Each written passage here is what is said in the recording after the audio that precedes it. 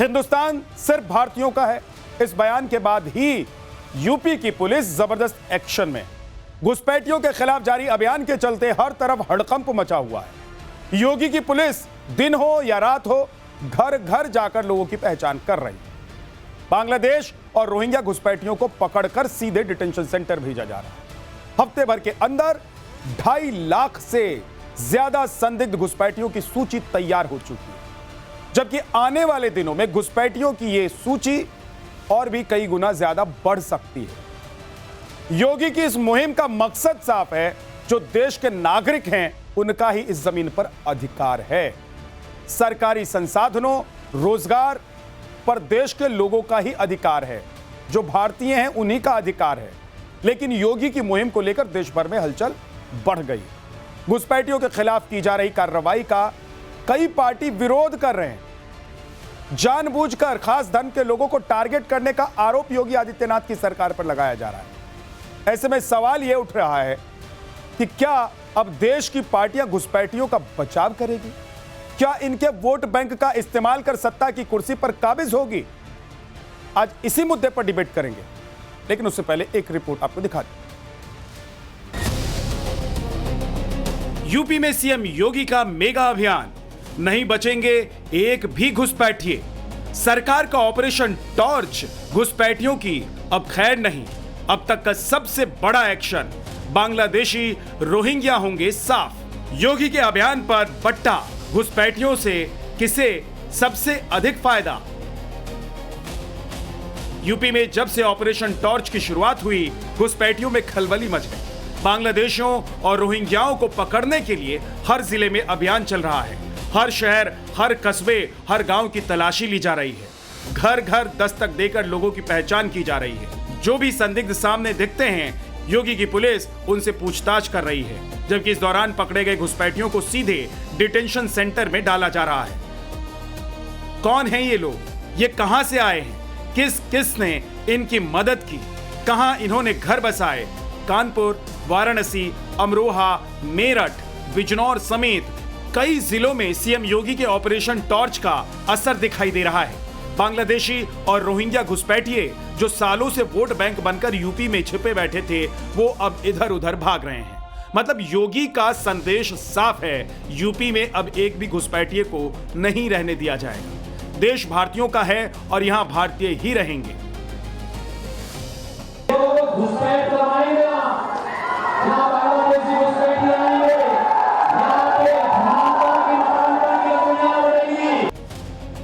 लखनऊ में पुलिस की रेड चल रही है। यहां सफाई कर्मियों का वेरिफिकेशन चल रहा है। ज्यादातर सफाई कर्मियों के घुसपैठिया होने की आशंका है, इसलिए 3200 कर्मचारियों से डॉक्यूमेंट मांगे गए हैं, जबकि 8000 लोगों की रिपोर्ट अभी भी आनी बाकी है। हैरानी की बात यह है कि लखनऊ में 1400 संदिग्ध ऐसे पाए गए हैं जिनके पास असम के डॉक्यूमेंट पाए गए। सैकड़ों कार्रवाई के डर से फरार हो गए। कानपुर का भी यही हाल है। झुग्गी बस्ती इलाकों में दिन हो या रात ऑपरेशन टॉर्च की लाइट ऑन है। पनकी रावतपुर की फैक्ट्री में काम करने वाले करीब 1100 लोगों के दस्तावेज जांच के दायरे में हैं। मेरठ में अकेले 6500 से ज्यादा संदिग्ध बांग्लादेशी और रोहिंग्या की पहचान हुई है। वाराणसी में भी 500 से ज्यादा संदिग्ध पकड़े गए हैं, जबकि लोहता, रोहनिया जैसे इलाकों में पुलिस की रेड जारी है। यहां पश्चिम बंगाल के फर्जी आधार कार्ड्स बरामद हुए हैं। में बांग्लादेशी और रोहिंग्या अवैध रूप से रह रहे हैं, ये जानने की समझने की कोशिश लखनऊ के कृष्णानगर इलाके से, जहां पर बस्ती में अभी 2 दिन पहले तक बड़ी संख्या में यहां पर लोग रह रहे थे। लेकिन आज जब टाइम्स नाउ नवभारत की टीम यहां पहुंची है तो पूरा सन्नाटा पसरा हुआ है। राष्ट्रीय किसान मंच लगातार सरकार से पत्र भेजकर यहां की जांच करने की मांग कर रहा था। देवेंद्र जी साथ में मौजूद भी हैं। देवेंद्र भाई, हम देख रहे हैं कि अब तो ये खाली सा हो गया है, ये पूरा बंद कर दिया है। देखिए, ये लगा दिया है, ये सांकड़ लगा दिया। अभी मैं कुछ टाइम पहले आया था प्रशासन के साथ में, तो यहाँ पे सैकड़ों की तादाद में रोहिंग्या एवं बांग्लादेशी थे। मैं कल भी कह रहा था, शलोन जब गया था, कि ये एक बड़ा विषय है कि इतनी से चलते हुए इतनी बड़ी तादाद में लोग जो गायब हुए हैं, सैकड़ों की तादाद में यहाँ से भी गायब हो गए। अब देखिए, सारी झोपड़ियां खाली हो गई हैं। ये एक चिंता का विषय है कि ये जा कहाँ रहे हैं और प्रशासन किस तरह की कार्रवाई कर रहा है। कृष्णानगर एसएचओ सहित भारी फोर्स था उस दिन जब मैंने यहाँ पे आके पूरा चेक करवाया था। यहाँ पे कोई है कि नहीं? बड़ी तादाद में लोग थे, कोई नहीं है। कुल मिलाकर हर तरफ हड़कंप मचा हुआ है। हजारों संदिग्ध की पहचान की जा रही है, सैकड़ों गिरफ्तार किए गए हैं, जबकि गोरखपुर में 3 मंजिला डिटेंशन सेंटर बनकर तैयार है, जबकि प्रदेश में 8 और डिटेंशन सेंटर जल्द ही बनने जा रहे हैं। तो पहल बहुत पहले करनी चाहिए थी। अब मुझे लगता है कि हम लोगों ने भी देरी की। आज हमारी 9 साल सरकार बनने हुई हो गया, हमें पहले करना चाहिए, क्योंकि देखिए ये जो देश अपना है ये नागरिकों का है। अगर वो हमारे नागरिक होते तो रहते। अब घुसपैठी कल को क्या हम अशांति फैलाएंगे, क्या करेंगे, ये ना तो कहीं मौलिक कर्तव्य में बैठ रहा है, ना किसी भी कर्तव्य में, किसी भी अधिकार में उचित नहीं बैठता है। घुसपैठी हमारे रहे, बहुत बढ़िया काम हो रहा है और बहुत पहले होना चाहिए। Fingerprints, iris scan, CCTV, hi-tech tracking, घुसपैठियों को पकड़ने के लिए आधुनिक तकनीकों का सहारा लिया जा रहा है। ये सिर्फ आंकड़े और अभियान भर नहीं है, बल्कि राष्ट्र और यूपी की सुरक्षा की गारंटी है। लेकिन सवाल है कि योगी के इस दमदार एक्शन पर कौन आंखें तरेर रहा है, किसे तकलीफ हो रही है, कौन कौन सी ऐसी पार्टियां हैं जिन्हें एसआईआर के साथ अब ऑपरेशन टॉर्च से वोट बैंक खिसकने का डर सता रहा है। तरह तरह की बातें की जा रही हैं, आरक्षण खत्म करने का डर दिखाया जा रहा है। अगर घुसपैठी 11 साल के बाद ढूंढ रहे हो आप, तभी मैंने कहा ये एसआईआर नहीं है, एनआरसी है। एसआईआर के बहाने एनआरसी कर रहे हैं। अभी उनको निकाल रहे हैं, बाद में हमें पीडीए वालों को निकाल देंगे। पीडीए वाले भी याद रखें, जब वोट नहीं बनेगा तो आपका राशन कार्ड गया, फिर आरक्षण छीन लेंगे। कल ही आपने देखा होगा लोकसभा में जब वाइस चांसलर के अपॉइंटमेंट पे कितना बीजेपी उछल रही थी। वाइस चांसलर कौन अपॉइंट हो रहे हैं और वो किसको अपॉइंट कर रहे हैं? तो आरक्षण छीना जा रहा आपका, महंगाई बढ़ाई जा रही। यूपी में जिन घुसपैठियों को निकाला जा रहा है वो आज अलग अलग शहरों में नहीं बसे, बल्कि सालों पहले इन्हें अपने सियासी फायदे के लिए बसाया गया। सालों से इन्हें वोट बैंक के लिए इस्तेमाल किया गया, लेकिन अब एसआईआर से इनके नाम कट रहे हैं तो यही पार्टियां जोर जोर से चीख रही हैं, जबकि कुछ कट्टरपंथियों को भी योगी की यह मुहिम रास नहीं आ रही है। घुसपैठियों पर भी कार्रवाई को लेकर ये सभी मुसलमानों को जानबूझकर टारगेट करने वाली पुरानी राग दोहरा रहे हैं। अब आज का जो सियासी पस मंजर है और भारत का जो सियासी मंजरनामा है, उस मंजरनामे के तहत यही भारत के तमाम मुसलमान महसूस कर रहे हैं कि एक तरीके से मुसलमानों को ही निशाना बनाया जा रहा है, जबकि इंसाफ पर मबनी काम होना चाहिए। उसमें पक्ष विपक्ष या किसी के साथ भेदभाव नहीं होना चाहिए। संविधान जो लाइनें हैं, इबारतें हैं, उस पर उसी को अमली जामा पहनाया जाना चाहिए, किसी के साथ पक्षपात नहीं। चूंकि हिंदू है या मुसलमान या किसी और धर्म का मानने वाला, वो सब भारतीय हैं, यहाँ के नागरिक हैं, उनके साथ इंसाफ जरूरी है। कुल मिलाकर हिंदुस्तान की जमीन पर बैठकर यहाँ के नागरिकों का हक मारने वाले घुसपैठियों के खिलाफ जैसे जैसे ऑपरेशन टॉर्चर रफ्तार पकड़ रही है, वैसे वैसे इस मुद्दे पर सियासी बवाल भी बढ़ता जा रहा है। ऐसे में सवाल है कि यूपी में घुसपैठियों के होने से किसे फायदा होगा? क्या वोट बैंक बचाने के लिए देश की सुरक्षा दांव पर लगाई जा सकती है? Bureau report, times now, Navbharat. Debate शुरू करूं, लेकिन उससे पहले आपको ये कुछ तस्वीरें दिखाना चाहता हूं। उत्तर प्रदेश में, जो देश का सबसे बड़ा प्रदेश है, सबसे बड़ा सूबा है, उस प्रदेश में दिन रात एक कर योगी फोर्स घुसपैठियों को ढूंढ रही। अब देखिए, ये रात की तस्वीर है और इसलिए मैं कह रहा हूं कि दिन रात एक कर घुसपैठियों को ढूंढा जा रहा है, ताकि भारत की जमीन से ऐसे लोगों को हटाया जा सके जिनका अधिकार इस जमीन पर नहीं है, संसाधन पर नहीं है। लेकिन कुछ लोग मातमपुरशी कर रहे हैं। उनको लग रहा है कि अरे बाप रे बाप, अगर ये घुसपैठिए चले जाएंगे तो हमारा वोट बैंक कम हो जाएगा, हम सीट हार जाएंगे, सत्ता में नहीं आ पाएंगे। और कुछ तो उससे भी बड़े वाले हैं, वो कह रहे हैं कि मुसलमानों को टारगेट किया जा रहा है। अब घुसपैठिए मुसलमान है तो क्या दूसरे धर्म के किसी व्यक्ति को बाहर भगा दिया जाएगा? मुसलमानों को ही क्यों बसाया और किसने बसाया, कैसे बसाया? अब क्योंकि जांच शुरू हुई है तो बात आगे तक जाएगी और बात वहां तक पहुंचेगी जहां तक शायद किसी ने सोचा भी नहीं था। इन घुसपैठियों को बसाने, आधार कार्ड राशन कार्ड और वोटर कार्ड बनाने में। आज इसी पर बात करेंगे। आनंद दुबे बीजेपी के प्रवक्ता हमारे साथ हैं, बहुत बहुत स्वागत है आनंद आपका। मोहम्मद फैज खान संयोजक आरएमएम से हमारे साथ हैं। जगदीश शर्मा कांग्रेस के नेता हमारे साथ हैं। प्रोफेसर धर्मेंद्र यादव समाजवादी पार्टी के प्रवक्ता हमारे साथ हैं। हाफिज नूर अहमद अजहरी मुस्लिम पर्सनल लॉ बोर्ड से हमारे साथ हैं। अजहरी साहब, क्या मुसलमानों को टारगेट किया जा रहा है? ये तो आम बात हो गई है भारतीय जनता पार्टी की सरकार में। मुसलमान टारगेट करना ही उनका, वो जो आज जो सत्ता में है, आज जो वो लोग जो कुर्सियों पर बड़ी बड़ी बैठे हैं, ये मुसलमानों को टारगेट करके ही कुर्सियों पर बैठे हैं। कैसे टारगेट कर रहे हैं जरा बताइए। अगर घुसपैठियों को भगा रहे तो टारगेट कर रहे हैं। देखिए अगर वास्तव में घुसपैठ का अगर मुद्दा अगर होता ना, तो आंकड़े, डेटा, सीमा सुरक्षा और एजेंसियां बोलती ना। कौन बोल रहा है? मंच से नारेबाजी हो रही है। मंच से खड़े होकर के मुसलमानों को सीधे सीधे घुसपैठ नहीं बोला जा रहा। क्या 2.5 लाख लोगों की पहचान हो चुकी है अभी तक? मुसलमान शनाख्त, सुनिए शनाख्त कैसे हो रही है? दाढ़ी, टोपी, नाम देख करके शनाख्त हो रही है कि भाई कहां से आए हो तुम। दाढ़ी टोपी वाला है तो कहां से आए हो तुम। दाढ़ी टोपी वाला नहीं है तो कोई नहीं पूछ रहा है, क्योंकि उसके लिए सीए वो ले आए हैं ना। वो अब उनका कर्तव्य है कि वो ये काम करेंगे। सीए आने के बाद उन्हें ये सब करना ही था। ये सब देश की सुरक्षा से, देश की सुरक्षा मामले में हम सरकार के साथ में हैं, लेकिन सुरक्षा के नाम पर एक समाज को आप टारगेट कर रहे हो, एक धर्म के लोगों को टारगेट कर रहे हो आप, तब तो बोलेंगे ना हम। फैज खान और ये हमारा रखिए स्क्रीन पर। हाँ बोलिए। मेरा सीधा मानना है कि मौजूदा सरकार जो है वो 80-20 की राजनीति कर रही है। ठीक है, आप कह रहे हैं कि दाढ़ी, सर आप ये कह रहे हैं कि दाढ़ी और टोपी ये देखकर टारगेट किया जा रहा है। बिल्कुल। मेरे पैनल में इस वक्त हम डिबेट कर रहे हैं। मैंने इसीलिए कहा कि फैज खान को भी रखिए स्क्रीन पर। मैं आ रहा हूं आनंद दुबे जी आपके पास।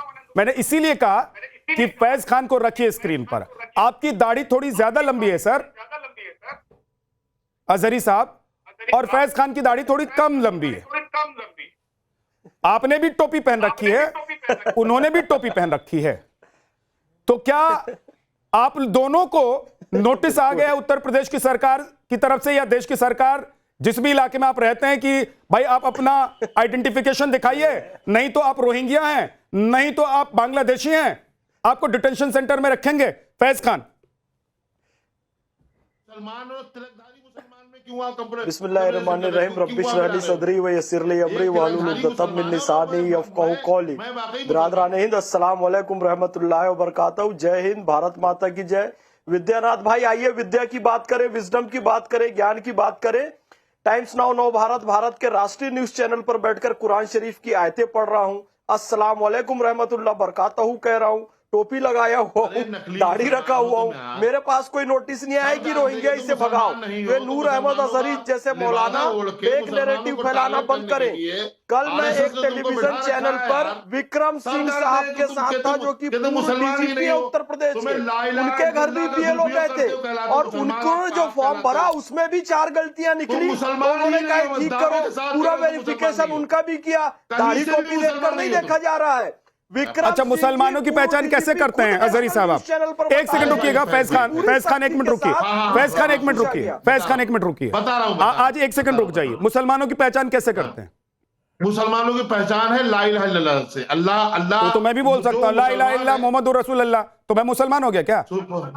अरे बिल्कुल नहीं, ऐसे कहने से नहीं होता है। 1 सेकंड रुक जाइए। फैज जो लफ्ज है, जो कलमा है, उस पर अमल करने से। तो फैज खान जरा पढ़ के सुनाइए ला इलाहा इल्लल्लाह मुहम्मदुर रसूलुल्लाह। फैज खान के पढ़ने से कुछ नहीं होता है। फिर पढ़ने से कुछ नहीं, फैज खान दाढ़ी रखने से होता है, टोपी रखने से होता है। आपने कहा कि दाढ़ी और टोपी देखकर नोटिस भेज रहे हैं। आपने कहा दाढ़ी और टोपी देखकर टारगेट कर रहे हैं। आपने कहा दाढ़ी और टोपी देखकर बांग्लादेशी और रोहिंग्या कहकर उनको धकियाया जा रहा है।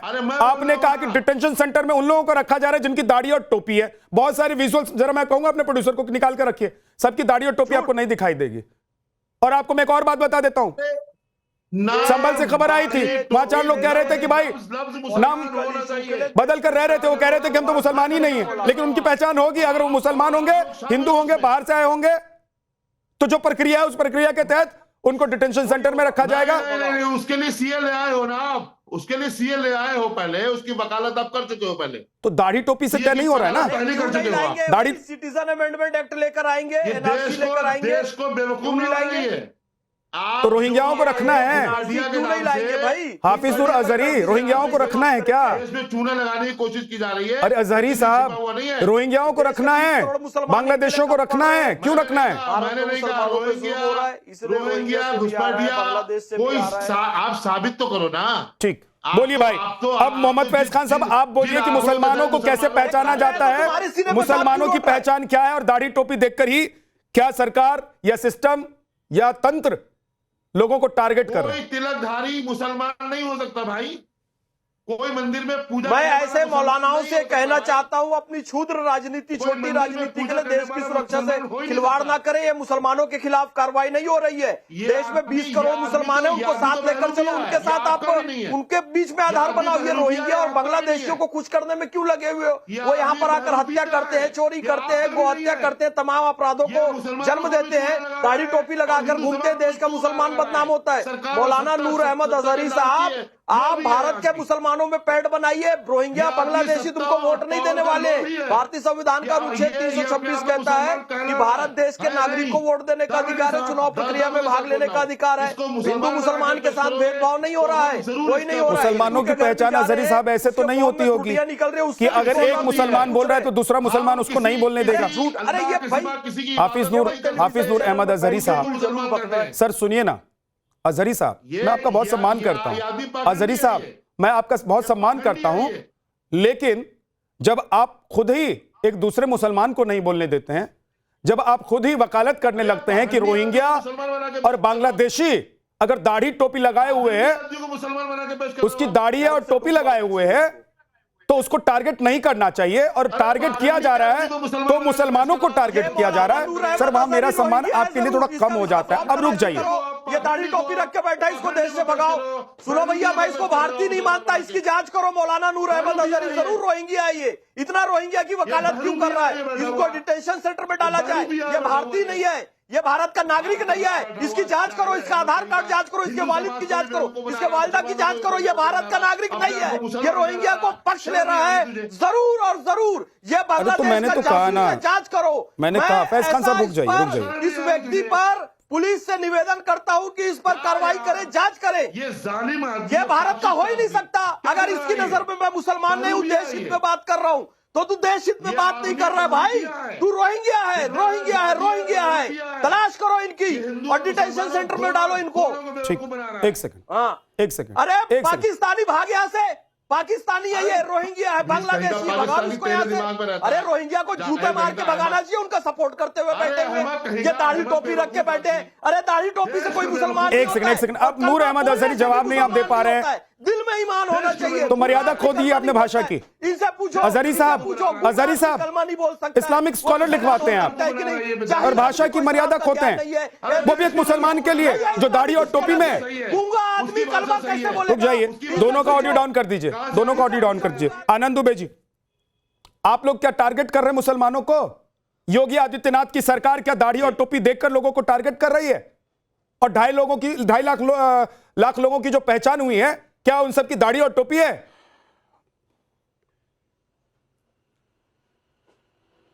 नहीं, देखिए, अगर इनका नाम अजहरी है, जहां तक मुझे समझ में आता है कि अजहरी का मतलब शानदार, चमकदार, उज्जवल होता है, लेकिन इनकी भाषा जो है जहरी है, जहरीली है। ये जहर उगल रहे हैं, नफरत फैलाना चाहते हैं।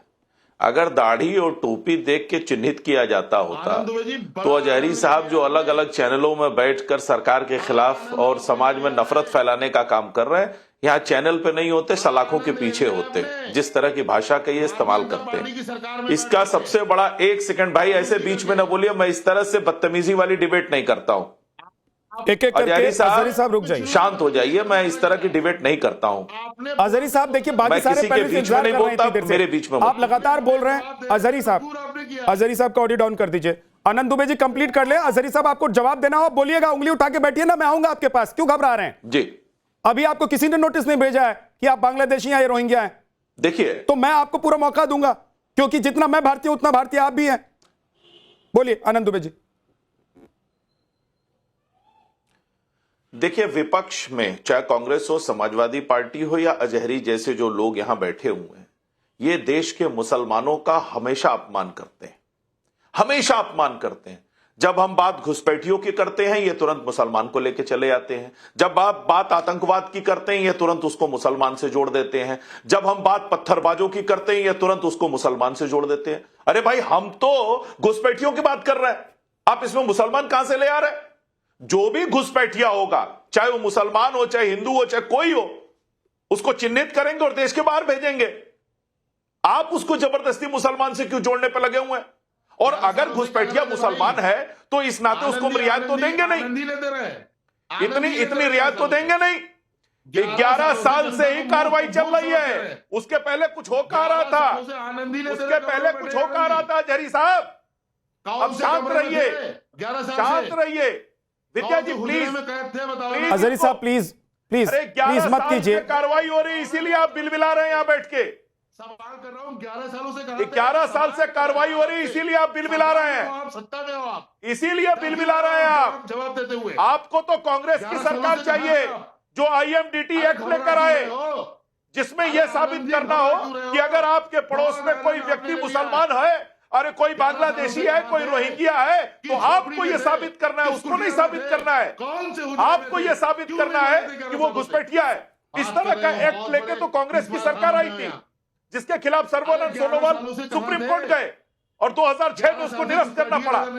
आप बात कर रहे हैं, देश की सुरक्षा एजेंसियों, आप बात कर रहे हैं, देश की सुरक्षा एजेंसियों पर निश्चित तो रूप आज से मैदान तराशी कर रहे हो, आप निश्चित ठीक है। रूप से आप सरकार समाज 11 में सालों से नफरत फैलाने वाले लोग क्या हैं, आपकी? समाज क्या को सरकार ने डसने की किया? कोशिश कर रहे हैं। बताओ, लेकिन एक बात बता दूं अजहरी, सुन लीजिए अजहरी, ये उत्तर प्रदेश है, यहाँ योगी आदित्यनाथ जी की सरकार है, और अगर अपनी जुबान को आप नियंत्रण में नहीं रखेंगे, जहर फैलाएंगे, जहरीला भाषण देंगे, उन्माद फैलाएंगे, तो कानून का सामना आपको भी करना पड़ेगा, ये समझ लीजिए। आनंदी, धमका नहीं रहा हूं, चेतावनी दे रहा हूं। अगर समाज में नफरत घोलने का काम करेंगे, जहर फैलाने का काम करेंगे, आप टोपी और दाढ़ी के जरिए जो है समाज में नफरत फैलाने का काम करेंगे, या टीवी पे बैठ के आप क्या कर रहे हैं?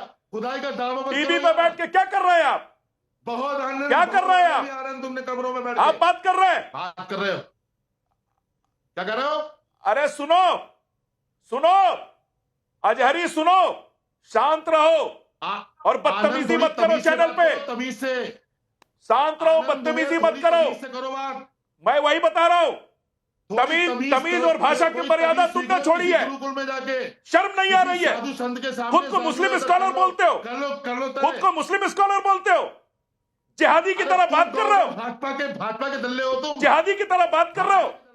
घुसपैठियों के लिए तुम्हारा दिल धड़क रहा है, तुम देश के मुसलमानों का अपमान कर रहे हो, कोई तुम सड़क चापो, तुम देश के मुसलमानों का अपमान कर रहे हो, जवाब देने नहीं आते, सत्ता में तुम सड़क छापो, तुम दलाल किस्म के आदमी हो, तुमसे बड़ा घटिया आदमी। कौन होगा बताओ? टोपी और दाढ़ी से तुम पहचान करवा रहे हो, अरे तुम टोपी और दाढ़ी से पहचान करवा रहे हो, बताओ ना, शर्म नहीं आती है? तुम अपने टीवी पे बैठ के लीडर रहे हो भाई। मेरी पहचान तो बहुत स्पष्ट है, मैं तो एक पार्टी का प्रवक्ता हूं, लेकिन तुम अपने कौम के नाम पर दलाली कर रहे हो।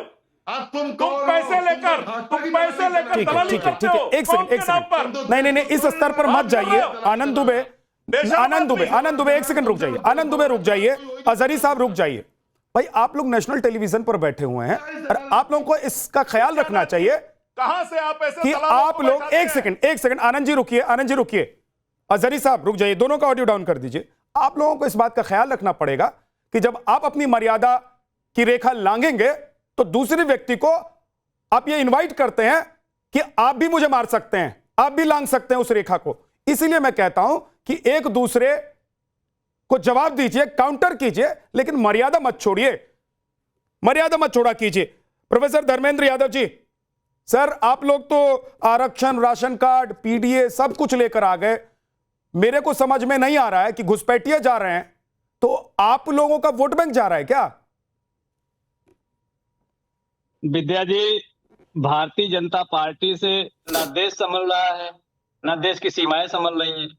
देश की सीमाओं में 300 किलोग्राम विस्फोटक आ जाए और आप चैन की नींद सोइए, अमित शाह चैन की नींद सोए, योगी आदित्यनाथ चैन की नींद सोए।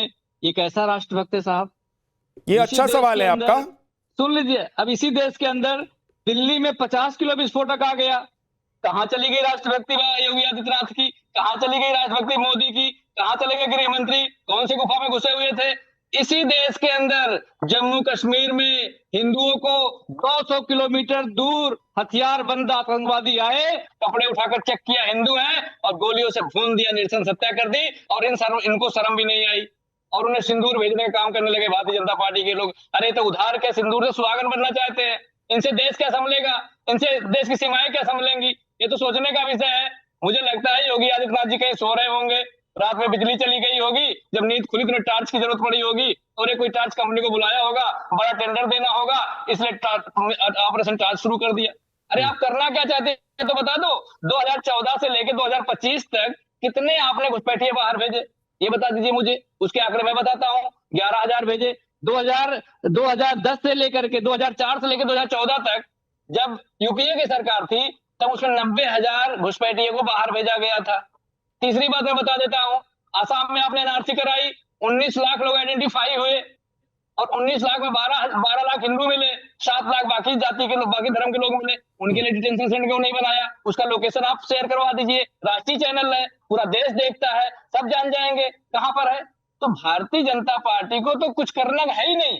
अब आप एसआईआर की बात कर रहे हैं, एसआईआर क्यों कर रहे हैं? डुप्लीकेट वोट खत्म हो जाए। जब एक आदमी 2-2 वोट डालेगा, 3-3 वोट डालेगा, राकेश सिन्हा कौन है जो दिल्ली में भी वोट डाल रहे हैं, बिहार में भी वोट डाल रहे हैं? संतोष ओझा कौन है जो दिल्ली में वोट डाल रहे हैं, हरियाणा में वोट डाल रहे हैं, बिहार में वोट डाल रहे हैं? ये रोहिंग्या है क्या? ये घुसपैठिए हैं क्या? ये बांग्लादेशी है क्या? अरे देश के आंतरिक घुसपैठिए हैं। इनके प्रोटेक्शन के लिए योगी आदित्यनाथ। आप कैसे पहचान रहे हैं कि जो वोट डाल रहे हैं वो घुसपैठिए नहीं है? कैसे धर्मेंद्र यादव जी, मैं आज बताइए देश को बताइए। एक सेकंड धर्मेंद्र जी आपकी बात सुनिए। देखिए, आपने बहुत सारे सवाल उठाए, सुरक्षा को लेकर आपने सवाल उठाया और तमाम जो बातें आपने कही, हालांकि आज उस मुद्दे पर डिबेट नहीं हो रही है, लेकिन आपने अपनी तरफ से सरकार को सवालों में घेरा। यह आपकी जिम्मेदारी बनती है क्योंकि उत्तर प्रदेश में भी आप लोग विपक्ष में हैं और केंद्र में भी जो आप लोगों का गठबंधन है वो विपक्ष में है, तो यह आप लोगों की जिम्मेदारी बनती है कि सरकार से सवाल करें। लेकिन मेरे 2 सवाल हैं। एक वो जो मैंने आपसे पूछा था कि क्या घुसपैठिए जा रहे हैं तो आपका वोट बैंक जा रहा है, और दूसरी बात यह कि आप कैसे पहचान कर ले रहे हैं कि जो लोग वोट डाल रहे हैं उनमें कोई घुसपैठिया नहीं है? राकेश सिन्हा घुसपैठिया नहीं है, बताइए मुझे। 2 जगह वोट डाला, संतोष ओझा 3 जगह वोट डाला। आपका जो तो मतलब राकेश सिन्हा घुसपैठिया हो गए? सुन लीजिए, अगर उन्होंने 2 जगह वोट डाला है तो ये इलेक्शन कमीशन का काम है कि उसको चेक करे और एक जगह का वोटर उनको बनाए, और वही तो हो रहा है ना एसआईआर में। सर धर्मेंद्र जी बना रहे हैं। धर्मेंद्र जी मेरी बात, मैं कह रहा हूं एसआईआर में क्या हो रहा है। मेरी बात सुनिए पहले। एसआईआर में जो हो रहा है बता रहा हूं आपको। आप दिल्ली, नोएडा, गाजियाबाद जहां रहते होंगे वहां भी आपने अपना वोटर आईडी कार्ड बना रखा होगा, आपके गांव में भी होगा, तो अब एक ही जगह होगा। एसआईआर में यही हो रहा है। अरे भाई वही तो। और किसी सिन्हा जी ने अगर 2 जगह वोट डाल लिया है तो अब एक ही जगह डालेंगे। क्यों डालिए? एफआईआर क्यों नहीं? तो सुचिता हो रही है। एफआईआर हुई कि नहीं बताइए मुझे। तो कर दीजिए जाके, तो कर दीजिए। अच्छा आप सोते रहो, चुनाव तो मैं कर दूं? मतलब मेरा काम है एफआईआर करना? चुनाव आयोग के संज्ञान में आया नहीं आया? सर मैं पूछ रहा हूं कि ये सर कोई बात नहीं। एक सेकंड धर्मेंद्र जी मेरे एक सवाल, एक लास्ट बात और आ जाए मेरी। मिल्कीपुर के विधानसभा के उपचुनाव में एक व्यक्ति 6 वोट डाला, तो मीडिया पे आके बोल रहा है कि मैं 6 वोट डाल के आया हूं। उसके खिलाफ क्या कार्रवाई हुई मुझे बता दीजिए। चंडीगढ़ में टीवी कैमरे के सामने वोट चोरी हुई, उस अधिकारी के खिलाफ क्या कार्रवाई मुझे बता दीजिए। अब इसके लिए भी एफआईआर कराना पड़ेगा, इसके लिए चुनाव आयोग के पास जाना पड़ेगा, इसके लिए धरना देना पड़ेगा। सर मैं ये कह रहा हूं, आप जो दावे कर रहे हैं उसके तथ्य क्या है, और दावे जो राहुल गांधी करते हैं उसका तथ्य क्या है? आप ही की तरह राहुल गांधी ने 100 दावे किए, लेकिन जब चुनाव आयोग ने कहा कि आओ सबूत दिखाओ तो नहीं गए, कोर्ट में नहीं गए।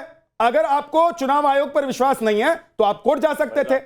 अगर आप ये कह रहे, एक सेकंड रुक जाइएगा, एक सेकंड आ रहा हूं। जगदीश शर्मा जी आ रहा हूं, रुक जाइएगा।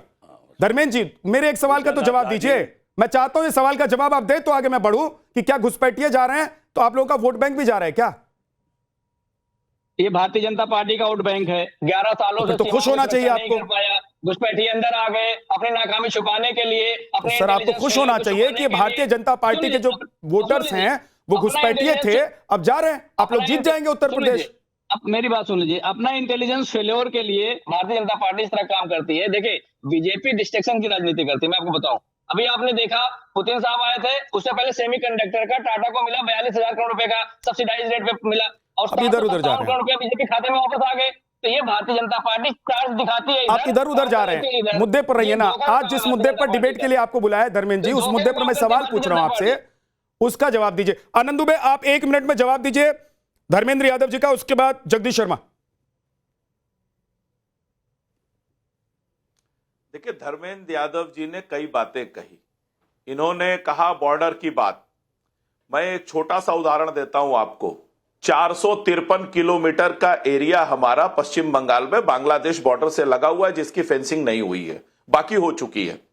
उस 453 किलोमीटर के फेंसिंग के लिए केंद्र सरकार 10 साल से ममता बनर्जी जी को कह रही है कि आप जमीन उपलब्ध कराइए। वह हमारे होम सेक्रेटरी जाकर वहां के चीफ सेक्रेटरी से मीटिंग करके आ गए, चिट्ठी पे चिट्ठी लिखी जा रही है, ममता बनर्जी की सरकार ने अभी तक जमीन उपलब्ध नहीं कराई।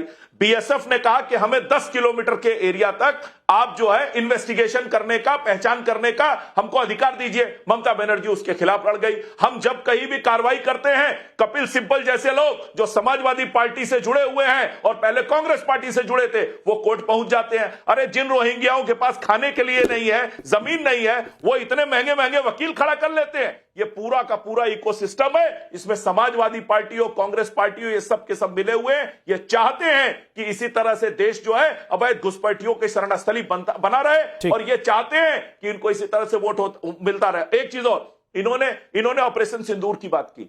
अरे साहब, चाहे हमने एयर स्ट्राइक किया हो या सर्जिकल स्ट्राइक किया हो, आप देश की सेना के साथ नहीं, आप पाकिस्तान के साथ खड़े थे। आप अपनी देश की सेना से सबूत मांग रहे थे। आपने ऑपरेशन सिंदूर पर भी सवाल उठाए। आप देश की सेना के साथ नहीं खड़े हैं, आप बल्कि पाकिस्तान के साथ खड़े होते हैं। और बता दूं, उत्तर प्रदेश में समाजवादी पार्टी की ही वो सरकार थी जो आतंकवादियों के मुकदमे वापस लेने के लिए इलाहाबाद हाईकोर्ट तक गई थी और हाईकोर्ट से फटकार लगी थी। आपका ये चरित्र है, इसको किसी को बताने की जरूरत नहीं है। आप किस तरह की तुष्टीकरण की पॉलिटिक्स करते हैं कि जब जगदीश शर्मा जी बोलिए। जगदीश शर्मा जी एक सेकंड रुक जाइए। धर्मेंद्र जी आ रहा हूं, एक सेकंड। जगदीश शर्मा के पास नहीं जा पाया हूं इधर। आपको सुप्रीम देखिए विद्यानाथ झा जी, आपने आज बात करी उत्तर प्रदेश पुलिस की और योगी जी की। आज मैं आपको एक ऐसी घटना बताता हूं जिसका बीजेपी के प्रवक्ता भी सुना और मोदी जी भी कहीं हो तो सुने जरूर। एक डॉक्टर संजय हैं दिल्ली के उद्योगपति जो लाखों लोगों को नौकरी देते हैं। एक सिविल मैटर को उस पर गैंगस्टर लगाकर कलकत्ता से यूपी पुलिस उठा के ले आई और जमानत नहीं होने दे रही। और मजे की बात यह है कि उनकी पत्नी दिल्ली में बड़ी नेता बीजेपी की मोदी करती है। इत्तेफाक से मेरी बहन है, हमारा भाईचारा है। इतनी परेशान है, सब चुप है। तो इस काम के लिए बिल्कुल एक्टिव हो जाएंगे। एक उद्योगपति को आप जेल में डाल देंगे जो रोजगार दे रहा है, और पैसा लेकर वहां की पुलिस, सहारनपुर की पुलिस कुछ पैसा लेकर इस मुद्दे को उठाओ। बीजेपी के नेता को ही पकड़ रही है, ये किसी के नहीं है। अभी दुबे साहब बैठे थे, आनंद दुबे साहब शोर मचाकर कह रहे हैं कि ममता बॉर्डर पे बता नहीं रही है, तार लगाना है। अरे भाई, ममता क्यों बताएगी? गृह मंत्री क्या कर रहे हैं? बॉर्डर किसके हाथ में है? चीफ सेक्रेटरी के पास जाने की क्या जरूरत है? होम सेक्रेटरी का काम नहीं तो बॉर्डर चिन्हित करने का या बताने का, ये भी ममता से पूछोगे? अरे भाई, कितना झूठ बोलोगे यार, कितना देश को गुमराह करोगे? कम से कम कहीं तो मुद्दे की बात कर लिया करो, कहीं तो ऐसी बात कर करो जो देश समझे, देश के लोग समझे। ममता से आप जमीन मांग रहे हैं, क्या ये नहीं है कि घुसपैठियों को भगा दिया जाए देश से? जगदीश जी, मुद्दे की बात ये नहीं कि घुसपैठियों को देश से भगाया जाए। और भाई, भगाना चाहिए। पहली बात तो ये आए कैसे आए तो भगाने भी चाहिए। इसमें तो जवाब आपको भी देना होगा कि कैसे आए। में डालने चाहिए। जो आए हैं वो 11 साल पहले ही नहीं आए, फिर आ जाएंगे। और 20-30 साल से रह रहे हैं। ये गुस्से कैसे? अरे भाई, 11 अभी 1.5 साल पहले तो मोदी जिनकी वोट ले रहे थे, 400 पार का नारा दे रहे थे, यही तो थे वोटर। आज ये घुसपैठिए हो गए, तो पकड़ो ना भाई, चिन्हित करो, पकड़ो, जेल में डालो, भगा। पकड़ ही तो रहे तो आप लोग परेशान हो रहे हैं। बॉर्डर खोल दिए, भाग रहे हैं। जगदीश पकड़ ही तो रहे हैं, कैसे बॉर्डर? वही तो मैं दिखा रहा हूँ कि देखिए दिन रात एक करके पकड़ा जा रहा है, तो आप लोग क्यों परेशान हो रहे हैं? ये चंद पैसों के लिए किसी के साथ भी कुछ कर सकते हैं। जब ये अपने ही लोगों को नहीं छोड़ रहे हैं। डॉक्टर संजय सिन्हा को उठाकर जेल में डाल दिया, एक बुजुर्ग आदमी को झूठा मुकदमा बना के जगदीश जी, गैंगस्टर एक्ट लगा दिया, जो जीवन में उस पर कोई केस नहीं है। तो कितनी बेशर्मी पर आ जाओगे भाई। 30 सेकंड, ना मोदी 30 जी सेकंड। मिल रहे, ना योगी मोहम्मद जी मिल फैज खान, रहे। आप बोलना चाहते हैं? उनकी 30 जो सेकंड। पत्नी बीजेपी की नेता रो रही है, ठीक, ओके, आंसुओं से रो रही है। एक सेकंड रुक हमें जाओ। दुख है। अरे रुक जाइए, बीजेपी की नेता रो रही है, आपको ज्यादा दुख हो रहा है। कांग्रेस की नेता रोती है तो आपको दुख नहीं होता है। कांग्रेस की नेता पार्टी छोड़कर दूसरी पार्टी चली जाती है, रोक कर, आपको दुख नहीं होता है। रोहिंग्या भगाने की बात कर रहा हूं तो आप कह रहे हैं कि बीजेपी की नेता रो रही है, मुझे दुख हो रहा है। 30 सेकंड बोलिए फैज खान साहब। अरे भाई कह रहा हूं पंडित जी, आदरणीय पंडित जी, शर्मा जी, मेरा निवेदन है अपने वोट बैंक की पॉलिटिक्स के लिए देश की सुरक्षा से खिलवाड़ ना करें। अटल जी ने कहा था भाजपा से लड़ना, राम से ना लड़ना। आप लोगों ने राम भगवान से दुश्मनी ठान ली, सारे राज्य में 0-0-0 हो गए। अब रोहिंग्या के लिए सदन से वॉकआउट कर रहे हैं और तमिलनाडु के एक मंदिर में जज दीप जलाने का आदेश दे देता है, उसके खिलाफ महाभियोग ला रहे हैं। अब सारे राज्यों में अंडा हो गया है आप लोगों का, केंद्र में भी अंडा होने वाला है। आमलेट की दुकान खोल लीजिए। अरे कम से कम भारत और भारतीयता से ना लड़ो, राम से ना लड़ो, भगवान से ना लड़ो, इस देश की मैं तो सेना कह से रहा ना हूं, लड़ो। किसके लिए? मैं तो ये कह रहा हूं, बहुत बहुत शुक्रिया आप सभी मेहमानों का, बहुत बहुत शुक्रिया, बहुत बहुत शुक्रिया। लेकिन मैं ये कह रहा हूं कि अगर देश हित की बात होती है, राष्ट्र हित की बात होती है, जो हमारे देश में खंबा गाड़ कर बैठे हुए हैं, जिनको बिठा दिया गया है, उनके खिलाफ बात होती है, तो आप उनके साथ क्यों नजर आते हैं? आपको क्यों नहीं लगता है कि इस देश पर जो बोझ बनकर बैठे हैं उनको हटाया जाए, भगाया जाए?